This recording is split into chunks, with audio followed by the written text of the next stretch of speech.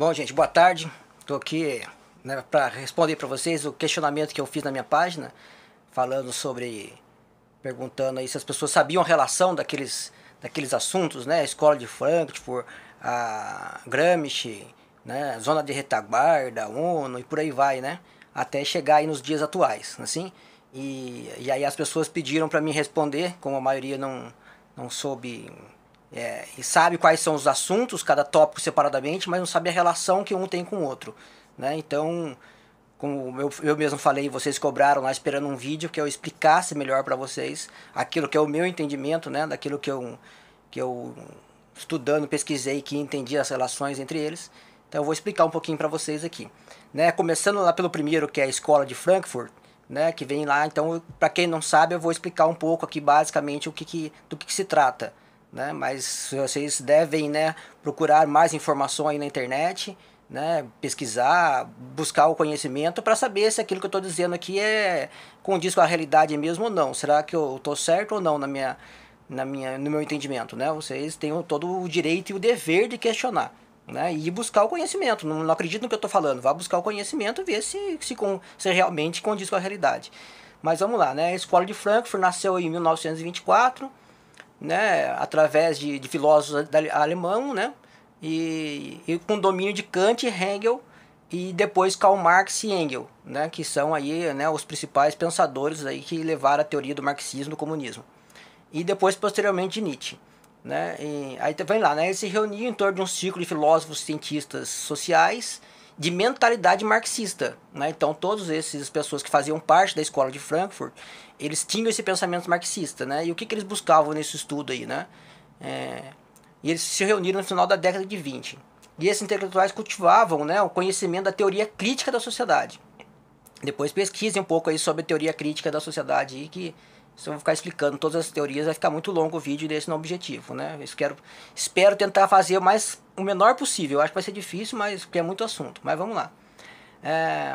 Essa escola tinha como sede estudo de pesquisas sociais, de uma doutrina que orientava suas atitudes. Um modelo que lutavam lá com base, né, na união do materialismo marxista com a psicanálise criada por Freud, né? Então eles juntaram esses dois conceitos, né, e criaram aí, né, um programa que eles adotaram que passou a chamar como teoria crítica. Também depois vocês pesquisem o que é teoria crítica para formar o entendimento de vocês. Mas disso saiu, né? Tá falando assim, essa corrente foi responsável pela disseminação da expressão como indústria da cultura ou cultura de massa. O que isso significa, né? Essa cultura de massa, indústria da cultura, é o que a gente está vendo hoje, né? Todas as culturas levam à destruição da família, da sociedade, transgredir valores, né? Que a gente vê aí hoje em dia, ideologia de gênero e por aí vai, né? E a gente vai entender melhor como isso foi se dando também através da escola de Frankfurt, né? Que através dessa indústria da cultura, tá? As modificações aí da sociedade através da cultura, que vai ter ali a minha ligação com Gramsci, né? Mas vamos chegar mais para frente, a gente vai falar dele também. Aí vem lá, membros da escola de Frankfurt, um grupo, né, de intelectuais alemães, tal. Eles buscavam o quê? Buscar a dissuasão da relação, né, da cultura e a ideologia. Entendeu? Então eles queriam essa discussão da cultura e ideologia. Como que a cultura poderia formar a ideologia das pessoas, né? A gente está vendo isso sendo pregado hoje aqui, tá? Aí ele vem lá, principalmente as principais, né? Vou dar uma resumida para não ficar muito longo aqui. O papel articulador das organizações era o quê? Né? A manutenção da sociedade era simples de explicar questões como a vulgarização da cultura, a exploração comercial, por consequência, a ideologia e a dominação. Então eles queriam, através da revolução da cultura, né, gerar consequências da exploração comercial dessa ideia, né, gerar consequências que era mudança do comportamento das pessoas, mudança da sociedade, né, levando a uma dominação, né, através de uma única ideologia, tá? Então, da mesma forma que você vende um produto na televisão, um sapato, bolsa, o que for, né, eles usariam da mídia, né, da cultura de massa para vender a ideologia deles. Isso a gente está vendo sendo praticado aí todos os dias na televisão, né? A cultura de massa ela teria um impacto na sociedade ao produzir a homogeneização dos indivíduos, ou seja, todos pensariam iguais, né? Todos são iguais e pensam iguais. Mais fácil você dominar a sociedade. Desculpa. Através dos os meios de comunicação fazem a difusão do modelo planificado da cultura, reproduzindo os padrões homogêneos, né? Então, a mídia seria responsável e é responsável por isso, a gente vê isso hoje, né? Reproduzir uma planificação da cultura. A cultura é igual para todo mundo pensa igual, um padrão homogêneo no pensamento, né? Não levando em considerações as diferenças de possibilidade de configurações, desgostos e identidade, ou seja, não tem mais diferença de cultura regional de um lugar para o outro, né, de forma de pensar. Por isso que eles são contra os conservadores, né, porque preservam alguns valores que são inerentes à estrutura e ao sustento da sociedade, né, e aí bate totalmente de frente, né. Eles tratam a sociedade como massa homogênea, né, então essa é a finalidade deles. Só que o que aconteceu? Quando o nazismo subiu ao poder na Alemanha, né, como a escola de Frankfurt ficava lá, eles foram perseguidos também, porque muitos eram judeus tal, e tiveram que fugir, né, e fugiram para onde? Foram para os Estados Unidos, e aí que começou grande parte do problema, né, porque quando eles fugiram para os Estados Unidos, eles foram parar na Universidade de Columbia, em Nova York, né, e lá começaram a produzir, encontraram um terreno fértil para produzir seus pensamentos e divulgar seus pensamentos, né?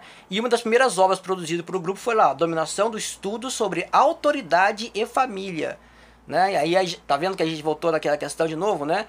A questão da autoridade e a família, falando aqui o estudo deles, por quê? Lei da palmada, né? Que vem aí, nova pedagogia, nova psicologia infantil, por aí vai, né? São teorias que surgem talvez desse pensamento aí que venha da escola de Frankfurt, que teve espaço aberto dentro das universidades nos Estados Unidos. Não é à toa que nos Estados Unidos hoje também encontra-se o mesmo problema na educação, né? E verá no qual eles questionam a real vocação da classe operária para a revolução social. Ou seja, eles entenderam que não era através do proletário mais o trabalhador que daria-se a revolução, como aconteceu, né, em 1917 na Rússia. Né? Então não era mais através do proletário, mas seria através da mudança da sociedade, né? E aí que ela vai também ter, né, a ligação junto com o pensamento de Gramsci lá embaixo, que nós vamos falar daqui a pouquinho. Aí vem lá Marcuse, né, nos Estados Unidos, que através dessa escola ele fica nos Estados Unidos, né, produzindo seus pensamentos lá, a produção intelectual dele, e que vai inspirar os movimentos pacifistas, insurgentes e estudantis, fundamentais, né, para as questões de hoje em dia, tá?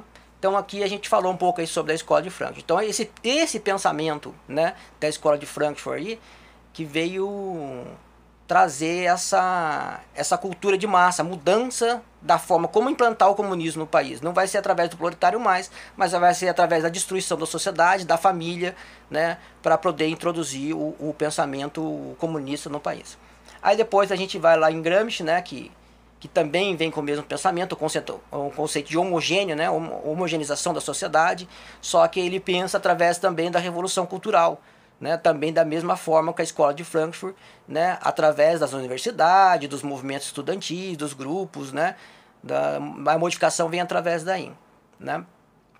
Então o pensamento de Antonio Gramsci pensa exatamente igual, né, à escola de Frankfurt, por isso tem a ligação o pensamento dos dois, né? E dentro das escolas no Brasil isso foi largamente usado dentro das universidades, né? Que hoje já começa a usar nas escolas de segundo grau, né? Os professores doutrinando nas escolas aí de segundo grau e também já querendo implantar isso aí desde a educação infantil no Brasil, né? Gramsci entrando desde a educação infantil no Brasil, então vem aí Paulo Freire, né, que a gente já sabe também que é o mesmo pensamento aí, tá? Aí o que isso aqui tem relação com a ONU? Mas vamos lá. A ONU surgiu com o fim da Segunda Guerra Mundial, né? A finalidade da ONU era uma organização intercontinental que era para evitar os conflitos entre os países, resolver os problemas, tudo mais. Isso até aí tudo bem, não tem nada de errado na ONU.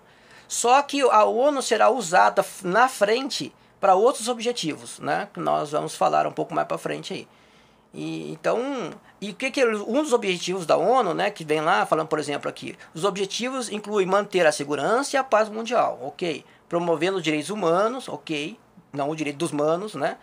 Auxiliar no desenvolvimento econômico e o progresso social, proteger o meio ambiente. É através dessas pautas, né, promover ajuda humanitária, em casos de fome, desastres naturais. E através dessas pautas de desenvolvimento econômico, progressão social, meio ambiente, que os esquerdistas se aproveitam da ONU para impor, né, aqui certas questões e que vão também ajudar na causa e os movimentos que eles usam aí, que a gente vai entender que tem ligação com o Saul Alinsky, que eu vou falar daqui a pouco para vocês, tá?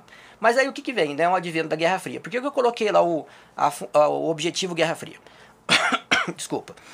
A Guerra Fria, ela começou logo depois, após a Segunda Guerra Mundial, que ficou as duas maiores forças, né? O comunismo da Rússia lá e a China e por aí vai, e os capitalistas, né, do outro lado aqui, que é os Estados Unidos, Inglaterra e por aí vai. Então foi dividido o país em dois, né? E as duas principais forças, Estados Unidos e União Soviética, lutavam ali por poder, né? Então foi denominada de Guerra Fria, tá? Mas teve uma época na guerra, depois que houve uma guerra entre Rússia e China lá, que todo mundo já sabe que foi uma farsa, né? Que até tem texto da internet que vocês podem procurar, que fala que foi...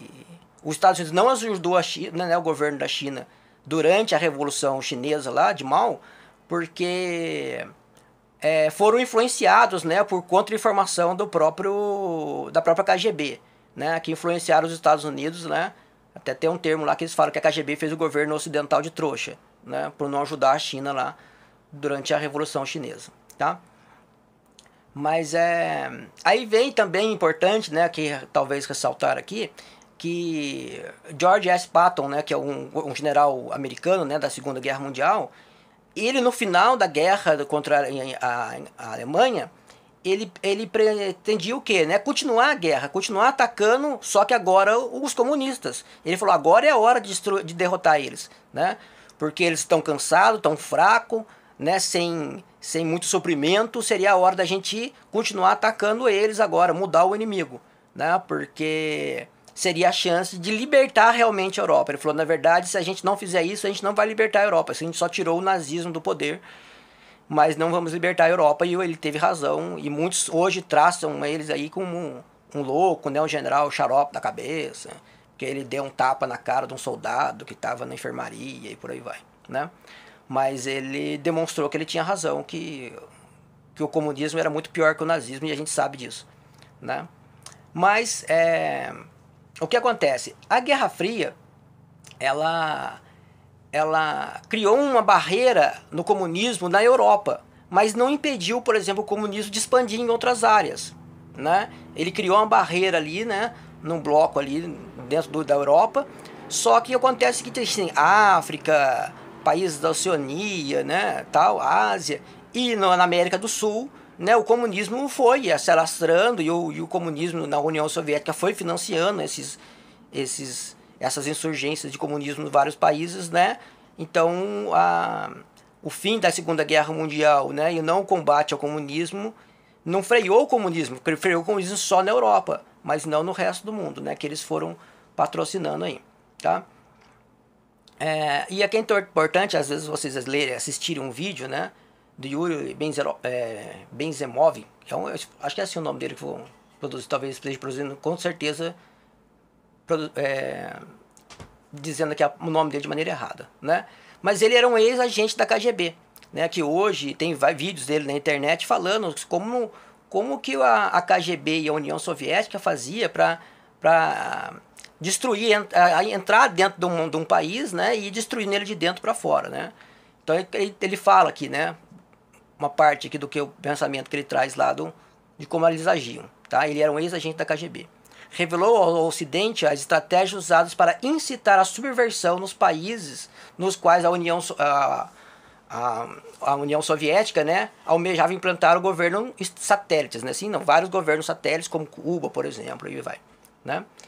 E aí ele tem lá, né, nesse processo de subversão em uma sociedade consiste em 4 fases. Então ele vinha desmoralização, desestabilização, crise e normalização.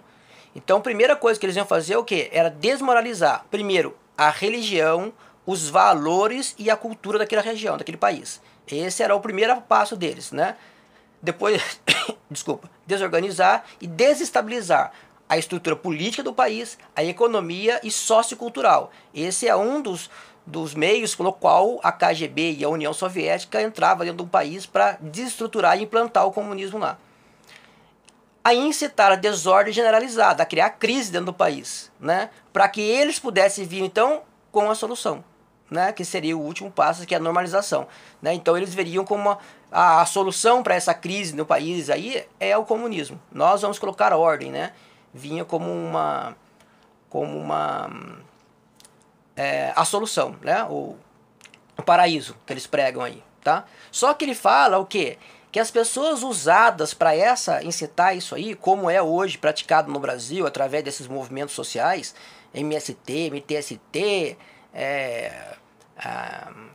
grupos LGBT, coletivo negro e por aí vai, tudo quanto é minorias que eles encontram, né? Ele fala, né, que a função deles, né, até ser executado subversão e tomar o poder, que ele fala, serão executados por agentes estrangeiros, né, no país para fazer isso aí. Então eles usam desses grupos, ele fala lá, ó, vão de grupos religiosos, partidos políticos, meios empresariais, mídia conservadora, eles usam até da mídia, né, tá? Defensores de direitos civis, homossexuais, feministas, indústria cultural, por aí vai. Só que logo após implantado, são os primeiros, que são chamados de idiotas úteis, né? Os idiotas úteis serão os primeiros a ser eliminados, né? Ele fala especificamente que a estratégia deles era essa, entrar num país, coloca lá essa destruição da sociedade, toma o poder e os primeiros a ser eliminados são os idiotas úteis, porque você pode ver que nenhum país comunista tem agenda LGBT, direitos de minorias e nem nada disso, né? Você não vai ver isso aí em lugar nenhum. Nenhum país comunista prega isso aí. Prega até destruir a sociedade e implantar o poder, né? Que vem lá do decálogo de Lenin, né? Que Lenin falava sobre isso já, né? Do idiota útil aí, tá? Mas o que tudo isso tem que ver com a zona de retaguarda, né? Muitos aí vão procurar a zona de retaguarda na internet, como muitas pessoas vão vir com críticas aí, tenho certeza, né? Essa zona de retaguarda foi um livro escrito pelo coronel Enio Fontinelli, que é um oficial do Exército Brasileiro, que foi diretor do SNI, né, Serviço Nacional de Informação, que ele é um estudioso do assunto geopolítica dentro do Exército, né? Então ele trabalhava com essa questão de informação e geopolítica principalmente. E ele escreveu um livro falando sobre zona de retaguarda, que é um livro que é escrito um livro de ficção, é uma história, entendeu? Mas é uma história baseada em fatos verídicos, né? Entendeu? Informação e tudo mais. Ele deu o nome de zona de retaguarda. Aí muitas pessoas, algumas me questionaram na internet aí em outro grupo de discussão, que isso aí é ficção, você está criando em ficção, essas coisas assim. Não tem nenhuma pessoa mais que fala sobre esse termo zona de retaguarda. É lógico, porque esse termo zona de retaguarda foi criado por ele. Ele denominou assim, né? Mas do que se trata essa zona de retaguarda, né? Numa possível guerra nuclear,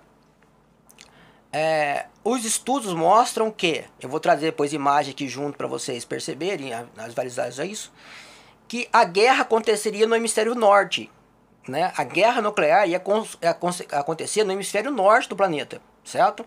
Então Estados Unidos, Rússia, Europa, ali um bombardeando o outro. E essa contaminação, lógico, ia destruir muito, não totalmente o país, óbvio que não consegue destruir todo o país, mas ia destruir a sociedade lá, contaminação e por aí vai. E ficaria impossível sobreviver naquele lugar.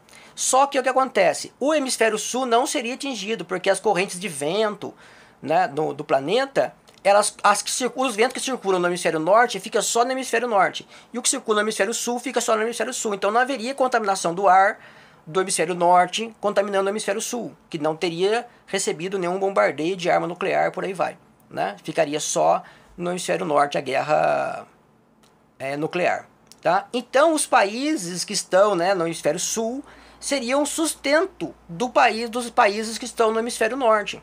Só que acontece que abaixo da Europa e próximo da Ásia, ali, da União Soviética, você tem a África, que é um país que não tem estrutura nenhuma, questão muito do deserto, são vários países com vários conflitos ali, difícil de você conseguir reunir aliados que vão te ajudar a te sustentar. Do outro lado também tem a Oceania, que é a Austrália, né, a maior parte, que também a maior parte dele é deserto, então não teria como ter uma agricultura pujante que conseguiria sustentar todo o hemisfério norte, né, principalmente a China, Rússia e por aí vai. Mas o Brasil não. O Brasil era um país continental, né, com grande área agricultável, né, com grande capacidade de sustentar, principalmente os Estados Unidos, que está logo abaixo, estava mais próximo. Então ele fala que o quê? Que esse estudo mostra que a zona de retaguarda, que é o Brasil, ele ia sustentar a OTAN, que é os Estados Unidos e a Europa, com alimento, água e por aí vai, certo? Então o que acontece? Os Estados Unidos e a OTAN, a Europa, ajudaram o desenvolvimento do Brasil, certo? O Brasil se desenvolver, principalmente desenvolver para o centro-oeste do país, desenvolver agricultura e tudo mais, para que o Brasil, sendo um país forte, ele conseguisse sustentar os Estados Unidos e a Europa no caso de uma possível guerra nuclear. E por isso que ele chama de zona de retaguarda, porque é a retaguarda da guerra. Quem aí conhece um pouco do meio militar sabe que você tem que ter a sua retaguarda, que é a que vai sustentar o fronte de batalha, né, com suprimento, alimento e tudo mais. E o Brasil seria esse suporte, né, de suprimentos para a OTAN no caso de uma possível guerra nuclear. Tá? Então, o próprio, né, Olavo de Carvalho fala que primeiro a gente vem com uma ficção, com romance, com livros, com contos, baseados em fatos reais, para depois você trazer os fatos reais realmente. Porque é mais fácil a pessoa assimilar através de um livro. E a esquerda usa da mesma forma. A gente vê aí, por exemplo, Tropa de Elite, aquela série Os Dias Eram Assim, né? Que eles mostram lá como que era ser torturado durante o governo militar, assim não. Para que quando você chegasse na eleição e viesse falar, ó, essa pessoa apoia o governo militar, ele passa a ser aquela pessoa, o eleitor, a massa, vai pensar o quê? Ó, esse cara aí é a favor daquilo lá, ó, que torturava, que batia naqueles jovens lá, ó, que era um casalzinho romântico, né, que só queria casar, viver bem, entendeu? Queria liberdade e tal. E aí a pessoa automaticamente vai associar aquela ficção ao fato que está acontecendo na realidade, né? E isso pode ser usado tanto para disseminar mentira como para disseminar a verdade também, né?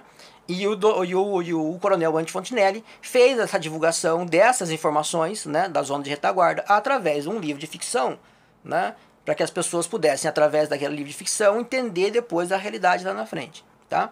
Mas o Olavo de Carvalho fala bastante isso. Tem um vídeo só sobre isso que ele fala no Brasil Paralelo, mas para quem é membro, né, do Brasil Paralelo. Mas se vocês quiserem, como eu sou membro do Brasil Paralelo, a gente pode conversar um dia, reunir todo mundo, eu coloco o vídeo para todo mundo assistir lá, a gente assiste junto e pode debater depois sobre isso, tá?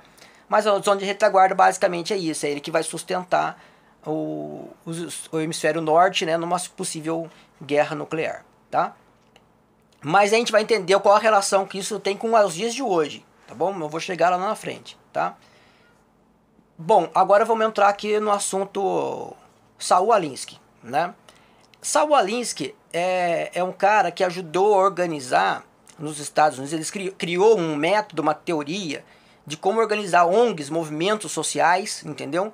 Para buscar os seus interesses dentro da sociedade, né? Principalmente o governo, tá? Então ele cria esses movimentos sociais, tá?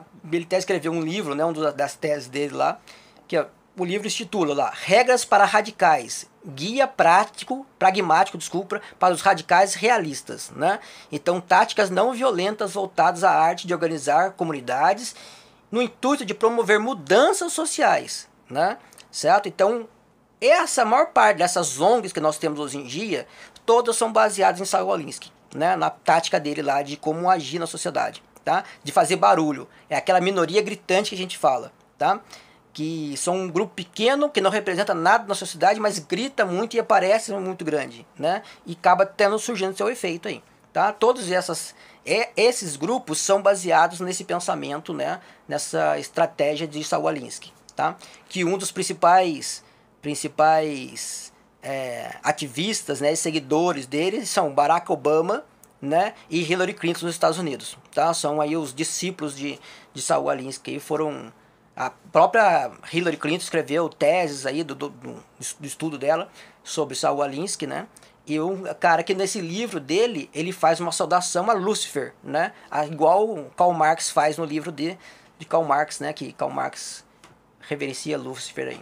E ele fala no livro dele lá, conta a menção a Lúcifer lá. Aí fala assim, né? Sendo o primeiro radical das lendas. Então ele fala que o primeiro cara a radicalizar né, contra o status quo aí, vamos supor assim, né, e conquistou seu próprio reino. Entendeu? Então, assim como Lúcifer, nós, né, a sociedade deve agir, esses grupos devem agir para buscar o seu próprio reino aí. Entendeu? Então, a menção a Lúcifer dele é igual a menção de Karl Marx, né? Que Karl Marx disse que ia provar que Deus não existia.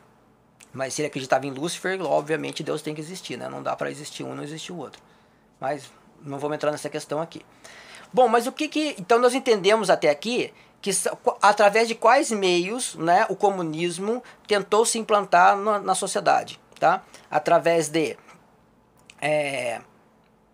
mudança de estratégia. De vez em através das guerras, através das armas, através da revolução do proletário, ele ia através da mudança da cultura, através de ONGs e por aí vai, né? Para mudança da sociedade, implementação de leis e, na verdade, ele ser o establishment, né, que nós falamos hoje em dia, tá? Então nós acho que ficou claro isso aqui para todo mundo. Mas entenderam a ligação que tem um com o outro, né? Certo? Essas ligações foram encaixando uma com a outra aí, né? A escola de Frankfurt, depois Antônio Gramsci, Saul Alinsky, né? Mas vamos continuar. Aí eu perguntei também da abertura do mercado, né, da China, tá? O que aconteceu?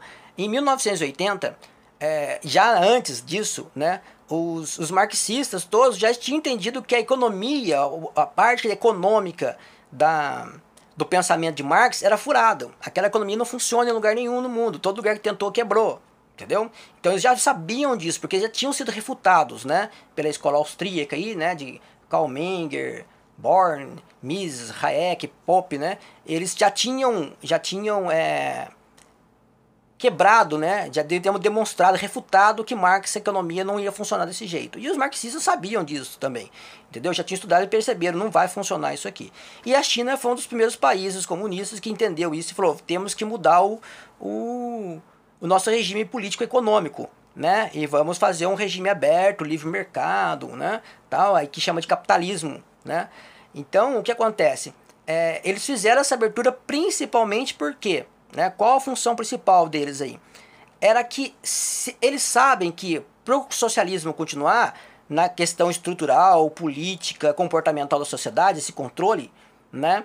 Eles precisam primeiro de dinheiro, certo? E poder bélico, né? Certo? E dinheiro só vem com a economia marxista não furada, certo? Então eles tinham que mudar a economia para uma economia capitalista, tá?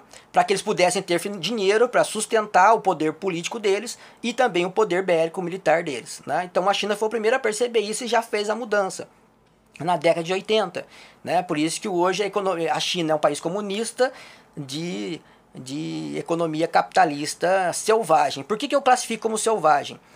Porque é uma economia que liberal aí, né, entre aspas, assim não, de livre mercado, entre aspas também, tá? Que não respeita nenhum direito trabalhista. Na China praticamente não tem direito trabalhista, né? A pessoa ficou doente, manda embora, não tá nem aí, tá grávida, manda embora, né? A gente sabe como é que funciona, exploração de trabalho infantil, por aí vai, tá? Condições insalubres, por aí vai. Todas essas questões trabalhistas que a esquerda grita aqui no Brasil, lá não tem nada. Mas o que acontece? Além disso, também não respeitam a propriedade intelectual. Porque eles não respeitam patente, eles pirateiam tudo que tem possível lá. É capitalismo selvagem mesmo, entendeu? É lucro sobre lucro e acabou. Não interessa trabalhador, propriedade intelectual, nem nada. Eles querem o lucro. Por quê? Precisa de dinheiro para sustentar, né, o seu poder político. Eles entenderam que se eles não tivessem isso, eles iam perder o poder político. Se não tivesse dinheiro na economia no país, não tivesse poder bélico, eles iam perder também o poder político. Então vamos perder um, mas vamos ganhar o outro, né? Manter lá. O que aconteceu logo na frente com a União Soviética, que veio fracassar seu modelo econômico lá, né? Porque não fez a mudança que a China fez, por exemplo, e perdeu o poder político, né? Os comunistas perderam o poder político, entre aspas, né, em parte, dentro da União Soviética, nos países que faziam parte da União Soviética. Espero que... Bom, procurar um pouco também sobre informação sobre isso aí, tá? Pra ver se eu não tô falando mentira aqui, tá bom? Mas aí o que tem a ver o projeto Star Wars dos Estados Unidos, né? De 1983. Porque a China abriu o mercado em 80, a Rússia já vinha mal das pernas na economia, e veio o projeto Star Wars. O projeto Star Wars, o que que é? É a guerra nas estrelas, assim não, tá? Que era um projeto dos Estados Unidos que ele ia fazer o combate, né, dos mísseis nucleares da Rússia, certo? No espaço. Tá? Então os mísseis nucleares que saíssem da Rússia para atingir os Estados Unidos ou a Europa seriam destruídos já no espaço, né? E assim, o poder bélico nuclear da Rússia foi por água abaixo, entendeu? Foi por água abaixo. E o Reagan, né, quando lançou esse projeto Star Wars, a Rússia falou, putz, se ele fizer isso nós estamos ferrados, nós não vamos ter poder. Então a Guerra Fria teria na verdade acabado ali, acabou a Guerra Fria ali. Porque a Guerra Fria é quando os dois têm poder igual, né, para um lutar contra o outro. Quando um se torna mais forte que o outro, acabou a Guerra Fria. Né? Os Estados Unidos teria hegemonia nuclear no planeta. E então isso fez com que a própria Rússia, como já ia mal das pernas e não ia conseguir bancar um sistema de defesa igual, equivalente aos Estados Unidos, né, certo? Para ir contra, igualar o poder nessa questão do Star Wars, ele se viu numa encruzilhada. Ou mantemos isso aqui até o fim, ou vamos aderir ao capitalismo, entre aspas, aí, a liberdade e tudo mais, e mostrar que o comunismo acabou, né? E vamos abrir, né? A União Soviética, enfim, acabou o comunismo, não existe mais, porque assim não vai existir mais necessidade de Guerra Fria. E foi o que eles fizeram, né? Vem então por isso que daí eu entro lá na perestroika, né? Que de 1986, né? A perestroika, que é o quê? Que a perestroika significa o quê? Reconstrução, né? Do país, certo? Então era a abertura do país à economia, né, ao capitalismo, à liberdade, a voto, o sistema político e por aí vai, né? O fim do socialismo, do comunismo, tá? Que foi feito por Gorbachev, né? Em 1986 começou lá a perestroika, tá? Que consequentemente, né, o que aconteceu? Quando veio a perestroika, a abertura do mercado, ela mostrou que rapidamente surgiu milionários, né, dono de indústria de petróleo na Rússia. Falei, mas caramba, como que o cara... Da onde veio isso, né?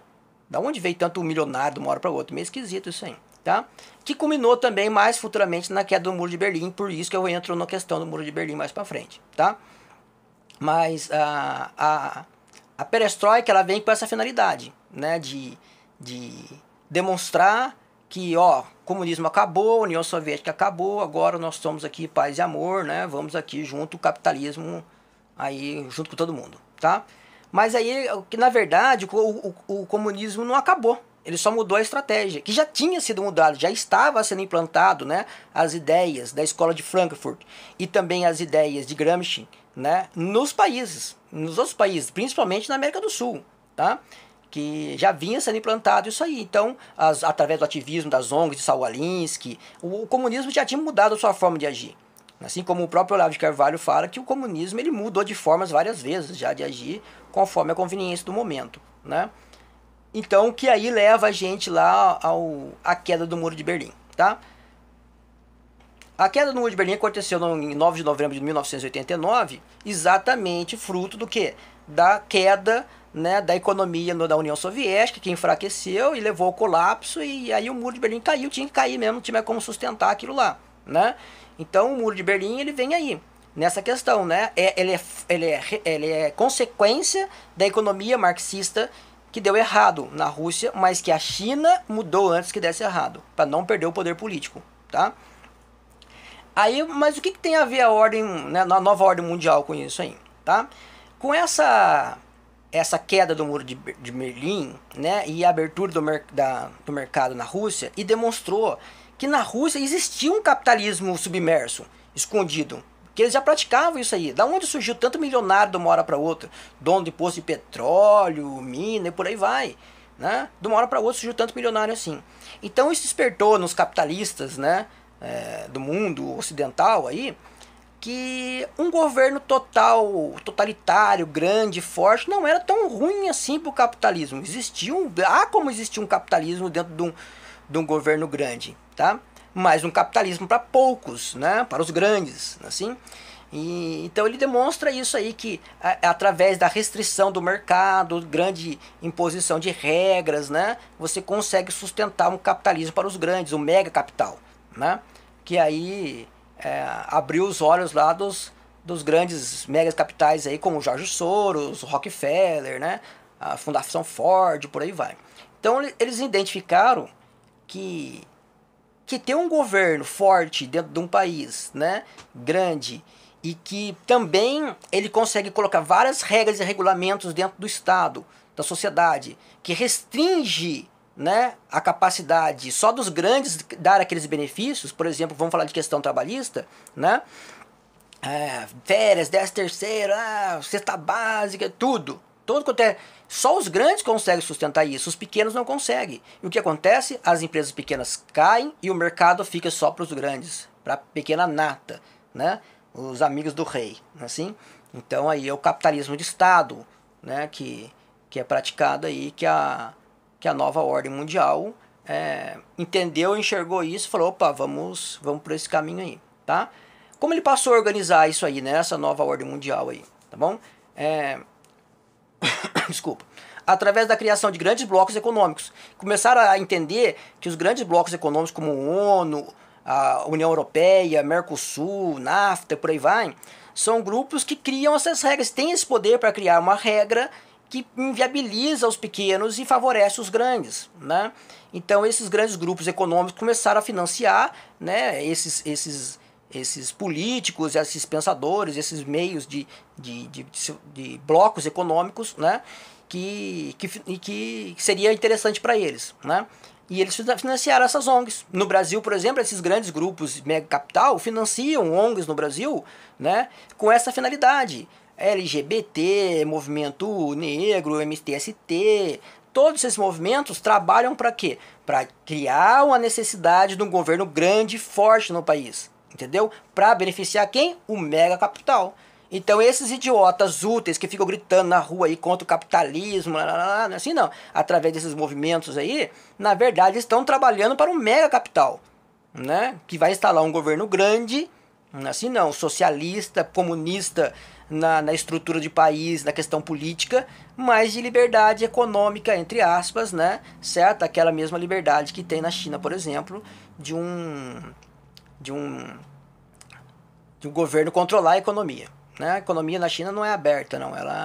O governo controla tudo lá, né? Mas você pode investir, você pode montar a sua empresa lá, você pode ter, se ganha. Também na China tem vários milionários, bilionários na China, mas são só os amigos do rei, né? O mesmo moldes aqui do Brasil, né? Do governo Lula e Dilma aí.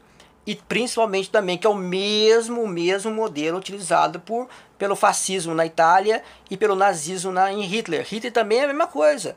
Tinha os empresários? Tinha, mas eram os caras que eram aliados a ele. Quem não pensasse como ele, tomava a empresa do cara e tchau pro cara, entendeu? Certo? Assim, ó, você vai ter a sua empresa, você vai continuar trabalhando, só que a empresa é do Estado, você continua administrando, você tem uma participação no lucro, né? Só que a empresa é do Estado. Se você não pensar como eu, não agir como eu, tchau pra você. A gente consegue enxergar um pouco isso quando você assiste o filme A Lista de Schindler, né?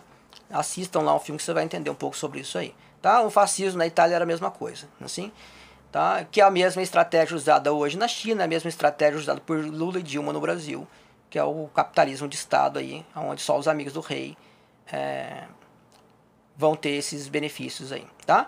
Aí a gente chega aqui no Foro de São Paulo, tá? Eu acho que a maioria já sabe aí qual a finalidade do Foro de São Paulo, logo após a queda do Muro de Berlim, né? Então tem relação lá, certo? O Muro de Berlim não tinha mais a União Soviética para sustentar com dinheiro, porque a economia da União Soviética tinha ido por água abaixo, assim? E como que Cuba ia se sustentar, né? O marxismo aqui implantado aqui na América do Sul, né? Central, que é o exemplo, lá tinha que continuar se sustentando de alguma forma, entendeu? Então o Foro de São Paulo veio para reunir esses partidos de esquerda da América do Sul, né? Para poder se unirem para conseguir chegar ao poder. Como eles conseguissem chegar assim, vários poder em vários países, esses países com dinheiro na mão, os comunistas com dinheiro na mão, teriam condições de sustentar Cuba, como por exemplo o Brasil sustenta Cuba através dos Mais Médicos, né? O programa Mais Médicos aí, tá? Que manda lá bilhões por ano pro regime cubano lá, tá? Que sustenta eles lá, como acontece com a Venezuela, que também sustenta, né? Aí a Cuba, né? Através do narcotráfico hoje e principalmente do petróleo, tá?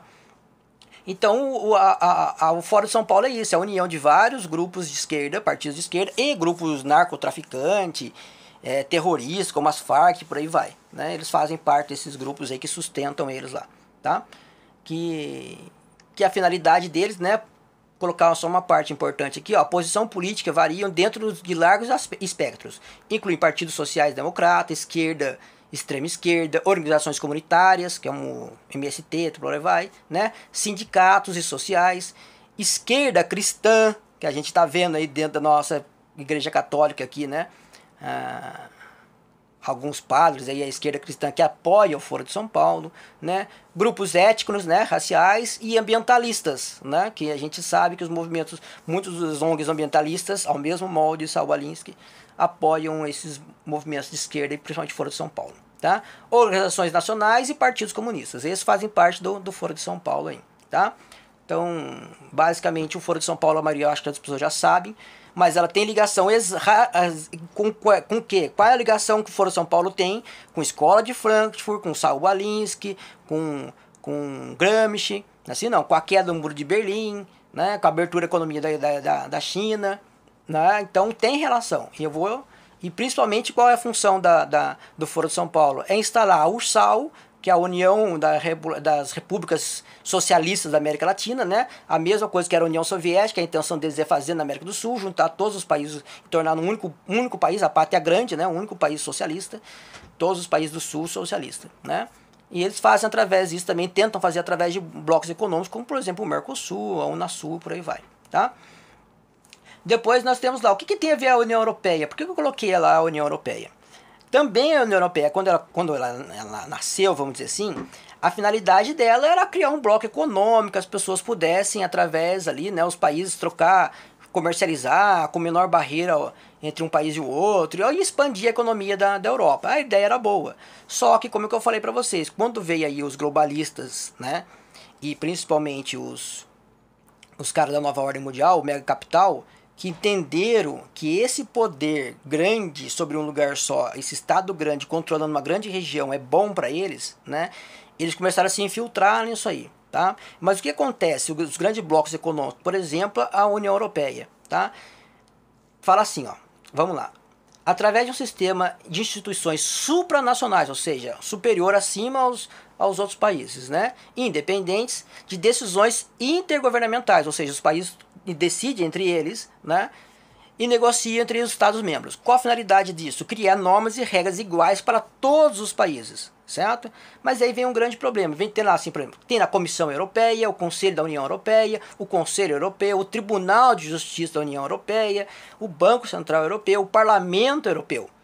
Todos esses grupos têm grande poder de criar normas e regras que valem para todos os países que fazem parte da União Europeia, independente da vontade ou interesse daquele país, ou da cultura daquele país, ou da vontade do povo daquele país. O cara cria uma regra e a partir de agora, bom, essa fábrica aqui nesse país não pode existir mais porque essa fábrica não respeita aquela regra criada pela União Europeia, né? Pelo Parlamento Europeu, entendeu? Pelo Conselho Europeu, tá? E aí vai prejudicando características e necessidades de cada país, tirando então a soberania, né, e a decisão de cada um dos países, nada mais, nada menos do que um comunismo empregado de forma diferente, né, que é um poder totalitário, grande lá em cima, com grandes poderes, que não foi eleito por ninguém, né? Esse é o grande problema. A maioria das pessoas que fazem parte desses conselhos, né, da União Europeia não são eleitos, né? São pessoas indicadas pelos presidentes dos países, né, assim não, que vão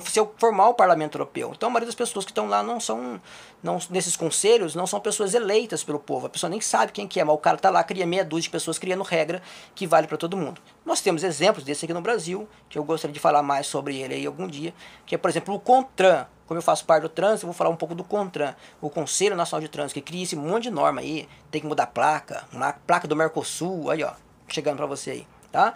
A pátria grande aí, assim não, tá bom? Mas depois eu falo um pouco sobre isso aí em um outro vídeo, tá? Então o que acontece? A União Europeia ela serviu como isso, né? Como base para que as pessoas pudessem implementar esses grandes controles, né? Em cima de toda a sociedade e controlar o mercado, restringindo aos poucos que têm condições de sustentar tudo isso aí, tá? O que isso aí tem relação, por exemplo, com o BRICS, né? Também. que é um outro bloco econômico formado pelo Brasil, Rússia, China, Índia e África do Sul, né, que criaram um bloco, que não um bloco econômico comum, porque não está tudo próximo um do outro, mas financeiro, tá? Para que eles criassem um banco, né, do BRICS que financiasse, né, obras aí em outros países em desenvolvimento, para fugir ao FMI, essa é a desculpa deles. Mas na verdade que eles querem é criar um grande bloco comunista, que um ia sustentar o outro. Esse BRICS ia investir muito dinheiro no Brasil, não é assim não, tá, em obras no Brasil, para expansão, crescimento, nossa que legal, né, estão trazendo dinheiro para o Brasil, certo? Mas estaria na mão de quem? Na mão da China, na mão da Rússia, não é assim não, o Brasil estaria na mão deles, né, que são a segunda e a terceira maior potência militar do mundo, né, que é a China e a Rússia, não é assim? Será que a gente quer ficar na mão deles aí? Tá? Então esse BRICS, a finalidade principalmente dele é essa aí, tá? E quem ia entrar com mais dinheiro nesse BRICS aí era a China, tá bom? O que isso aí tem relação também com o Brexit, né? Que é a saída da Grã-Bretanha da União Europeia. Porque a Inglaterra entendeu que não vale a pena pra gente ficar nesse grupo. A Inglaterra está sendo destruída, vários empregos, onde já se viu a Inglaterra uma ilha com uma grande costa, com grande questão de pesqueira, e a indústria pesqueira foi levada à falência na Inglaterra exatamente por regulamentações e regras e leis aplicadas sobre a União Europeia, né, que prejudicou a indústria de pesca na Inglaterra. Então, cadê a soberania do país? Né? O país não tem mais decisão, não decide mais nada, tudo decide-se na União Europeia, igual aqui no Brasil, tudo se decide em Brasília, né? Tudo é em Brasília, aqui a gente não pode decidir nada, tá? Então você tira a autonomia e a soberania do país. Por isso que os ingleses entenderam, grande parte da Inglaterra entendeu isso e falou, não, queremos sair, e foi feito um referendo, o povo foi na urna, votou a saída da Inglaterra da União Europeia, né? Exatamente para fugir essas regras aí, e agora eles podem fazer livre comércio com qualquer país, faz um acordo bilateral com cada país, faz o comércio deles e segue a vida deles sozinho lá. Não só essa questão, mas a questão também que a União Europeia, quem faz membro do país da União Europeia, tem um livre circulação no país. Qualquer pessoa de qualquer país pode entrar. E que essa questão de imigração, principalmente islâmica na Europa, estava acontecendo isso. A Inglaterra não queria receber, mas ele era obrigado a receber. Por quê? Porque se a Alemanha recebeu aquela pessoa tem livre circulação na Europa. E essa pessoa que é refugiada agora pode circular na Europa onde ele quiser, tá? Então esse foi o principal motivo porque a Inglaterra saiu desse bloco, ela entendeu o problema desse bloco. Então a saída dela já é um grande golpe, né, tanto na expansão do comunismo, também contra a nova ordem mundial, né, que vem aí querer sufocar os países e só os grandes mega capital controlar o mundo inteiro aí, tá? Então mas estudem um pouquinho mais sobre isso aí, né? Agora, o que tudo isso aí tem a relação com os fatores finais aqui do vídeo? Está até longo já demais, mas não tem jeito de encurtar o máximo que eu pude. O discurso, por exemplo, do presidente da China, tá? O discurso de posse dele agora, o discurso dele é muito bonito na prática, né? Ali na linguagem que ele fala, mas na prática, lá atrás, não é bem por aí, tá? Então, um dos pensamentos, por exemplo, que ele colocou, ele falou assim, ó, o pensamento sobre o socialismo com características chinesas, né, ele coloca essa diferença, né, na época e na continuidade, e o desenvolvimento do marxismo-leninismo, ou seja, o pensamento dele, do socialismo, é o desenvolvimento do marxismo-leninismo. Daqui a pouco eu falo um pouquinho mais sobre isso. E do pensamento de Mao, né, e de Xiaoping. Deng Xiaoping foi quem fez a abertura econômica do país, tá? Então ele quer permanecer com a abertura econômica, certo? Mas ele quer o marxismo, o leninismo do pensamento de Mao, que é o quê? Que é o Estado grande, totalitário, entendeu? De poucos no poder que dominam tudo, né? E principalmente o pensamento marxismo-leninismo, ele fala o quê?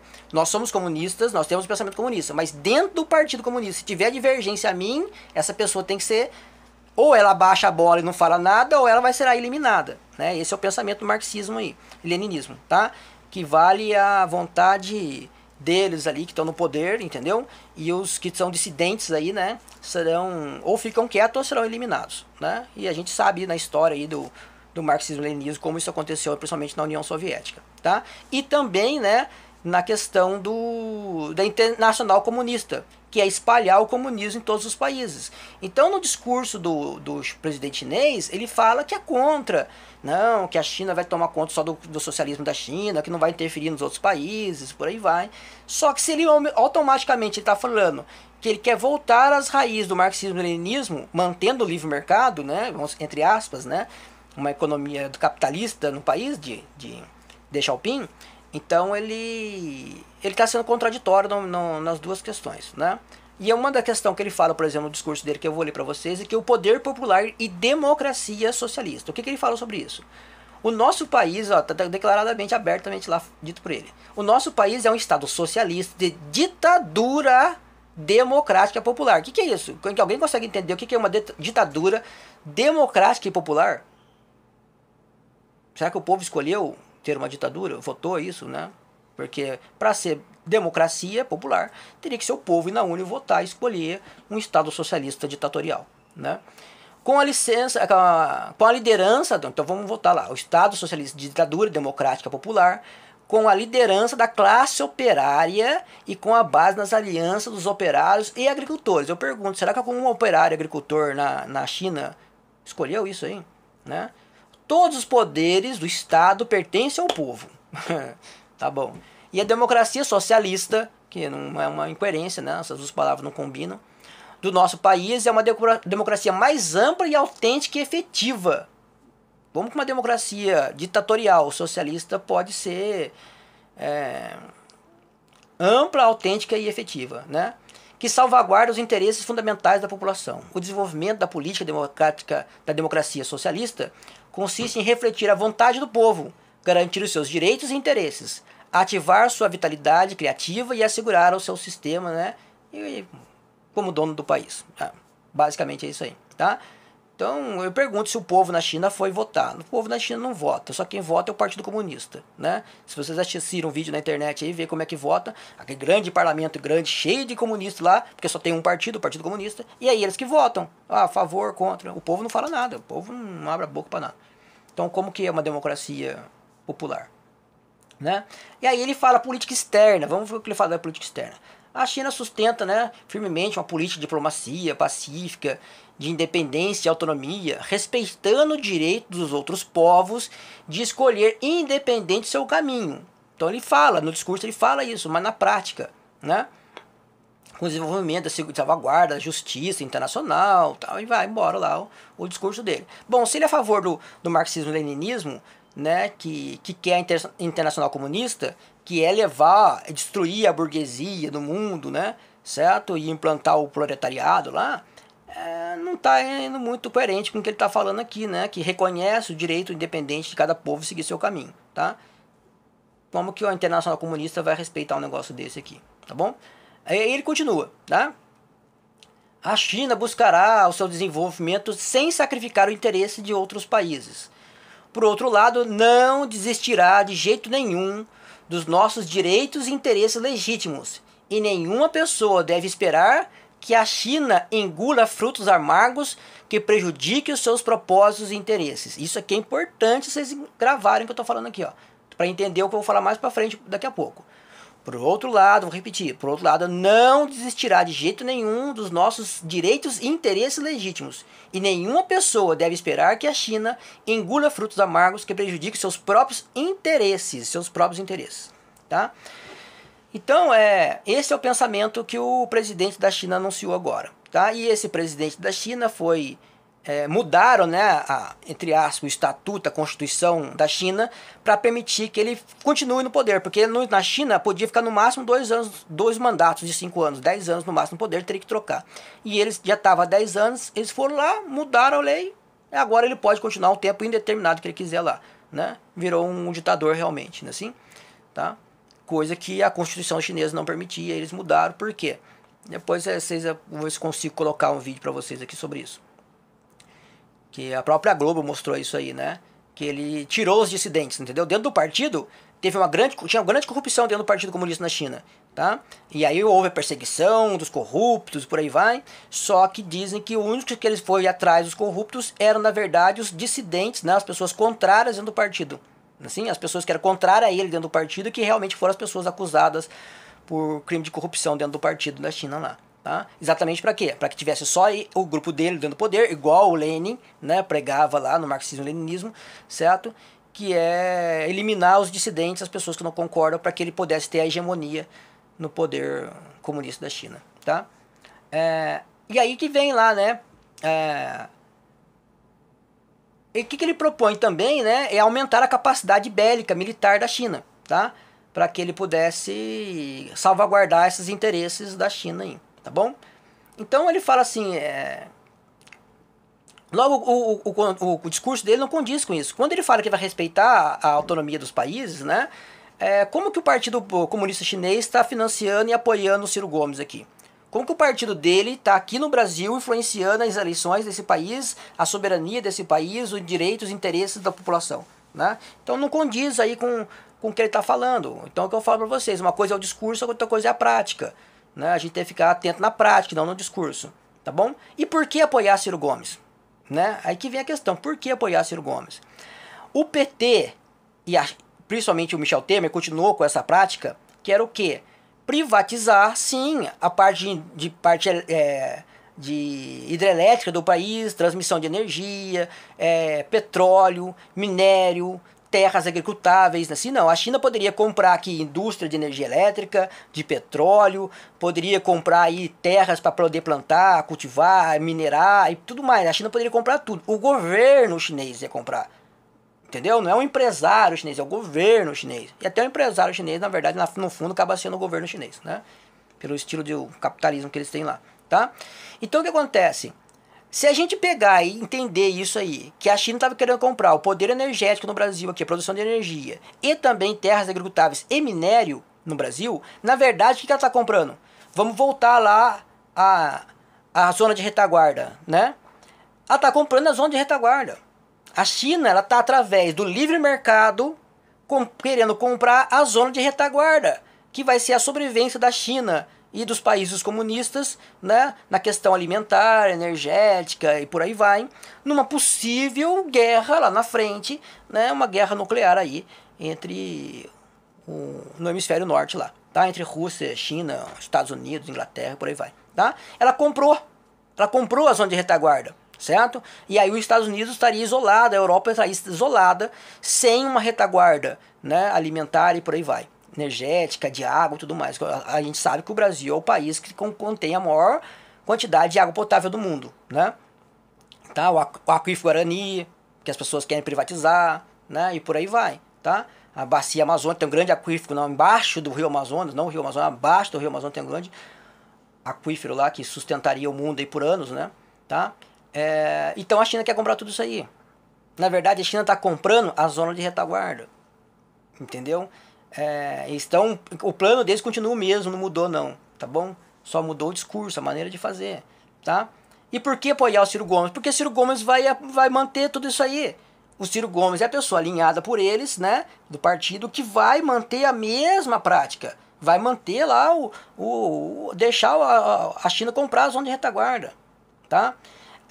Que já foi idealizada lá por Lula, por Dilma, já estavam fazendo isso aí, tá bom? Agora, eu pergunto para vocês, vamos supor que a China vem aqui e compra tudo isso aí, compra aqui transmissão de energia, produção de energia elétrica, Petrobras, terras agricultáveis, minério e tudo mais. Aí um governo de direita entra e resolve estatizar isso aí, fala, não, o que é isso? Isso aí tá errado, o jeito que o governo brasileiro fez tá errado, vamos estatizar tudo de novo. Desapropria tudo do governo chinês. Eu pergunto para você, o que acontece? Será que a China agiria que nem o Lula agiu, por exemplo, quando a Colômbia roubou a nossa Petrobras lá, a refinaria de petróleo nossa lá, de gás e petróleo?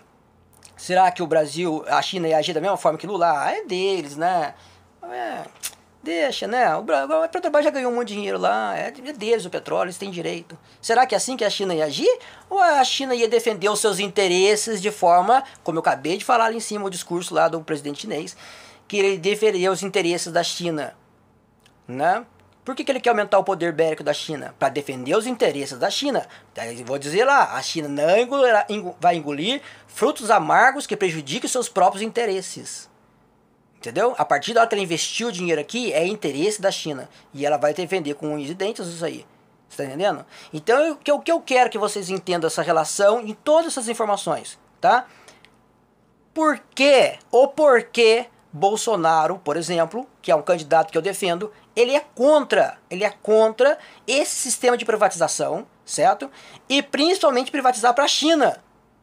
E aí essa divergência que tem o Bolsonaro com os liberais, alguns liberais que só pensam tem que privatizar tudo, a economia, a solução do país, que tudo vai resolver através da economia, entendeu? E que, né, privatiza, interessa para a China, privatiza, que vai acabar com a corrupção, não vai ter corrupção. Eu entendo que privatização resolve o problema da corrupção, mas não é para quem vai privatizar e por que privatizar, entendeu? É a mesma questão que o Bolsonaro fala. Como privatizar, como vai ser dada a privatização e para quem? Ele não é contra privatizar, ele é contra para a China. Ele fala, a China está comprando o Brasil, não está comprando do Brasil. E ela está comprando o Brasil, ela está comprando a zona de retaguarda. E nós seríamos o quê? Escravos da China amanhã. Ou não? Será que eu estou viajando muito ou será que aquilo que eu estou colocando aqui bate com a realidade, com o contexto do dia a dia aí, tá? Das informações, né? Então é essa questão que eu quero que as pessoas entendam. Por que Bolsonaro pensa dessa maneira? E lembre, Bolsonaro, ele é militar. E como militar, ele pensa de forma estratégica, certo? A defesa da soberania do país. Então, quando ele fala que a Petrobras é uma empresa estratégica, quando ele fala que a transmissão de energia é uma empresa estratégica, por isso deveria ser estudado de forma melhor como vai se dar essa privatização, ele está falando nessa questão. É com essa visão. Com a visão do quê? Que é um pensamento estratégico para manter a soberania do país, para que o país não seja comprado e a gente fique amanhã, seja vendido realmente, e aí o que nós vamos fazer? Eu pergunto, a terceira maior força militar do mundo, a China, vai comprar o Brasil. Se a gente tentar fazer alguma coisa, o que eles vão fazer? E eu pergunto, será que o poder bélico-militar brasileiro, sucateado pelo governo Dilma e Lula, tem condições de enfrentar o poder bélico chinês? Entendeu? Com submarino nuclear e por aí vai. É só 2 no submarino nuclear encostar na costa do Brasil aqui e acabou, tá bom? Então, esse é o pensamento. Eu gostaria que vocês parassem, analisassem, fossem ler cada um desses tópicos mais a fundo, para saber se realmente eu tenho razão ou se é só viagem da minha cabeça aqui, tá bom? Mas espero que tenha respondido. Desculpa o vídeo ter ficado muito longo, era difícil, eu tentei encurtar o máximo possível para transmitir o pensamento. Mas a única coisa que eu quero que vocês, quando ouvirem o Bolsonaro falar sobre isso, sobre privatização da Petrobras e por aí vai, lembre dessas informações aí, tá bom? Nós estamos vendendo o país. E será que é isso que vocês querem? Não. Será que, como o Amoedo, Flávio Rocha, agiriam perante tudo isso aí? Todas essas informações. Será que eles seriam a favor da privatização para o governo chinês? Né? O Dória, por exemplo, foi buscar aí, né? Privatizar aí várias empresas do Brasil. Não sou contra a privatização não, mas foi buscar isso no Oriente Médio. Entendeu? Então é complicado esse pensamento aí, tá? E lembrando que os liberais apoiaram aí o Dória, né? Então, quebraram a cara. Assim, eu não acho o Amoedo uma pessoa ruim, não acho o Flávio Rocha ruim, só que eu acho que eles não estão preparados para esse contexto geopolítico do país, né? Tanto histórico como atual, tá bom? Desculpa o vídeo ser muito longo, espero que todos consigam assistir até o fim aí. Se não der, assista em partes, por favor. Mas se não concordarem, coloquem as suas críticas aí. Se for o caso, faça um vídeo também rebatendo aí, né? Trazendo mais informações aí. Tá bom? Obrigado e até mais. Até a próxima.